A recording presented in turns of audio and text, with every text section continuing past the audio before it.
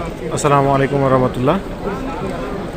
আজকে আমাদের হাজী সাহেবদেরকে নিয়ে আমরা মদিনা জিয়ারাতে বের হয়েছি।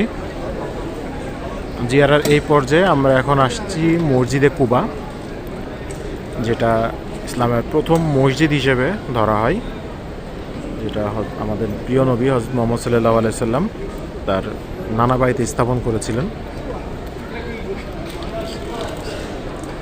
তো মেন মসজিদ ধরা হয় সামনের এই জায়গাটুকু।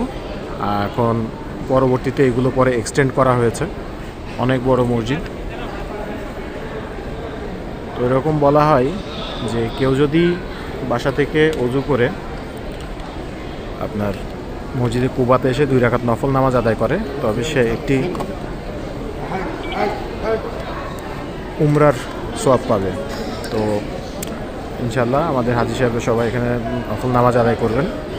তো সবাই আমাদের জন্য দোয়া করবেন ইনশাআল্লাহ। আসসালামু আলাইকুম।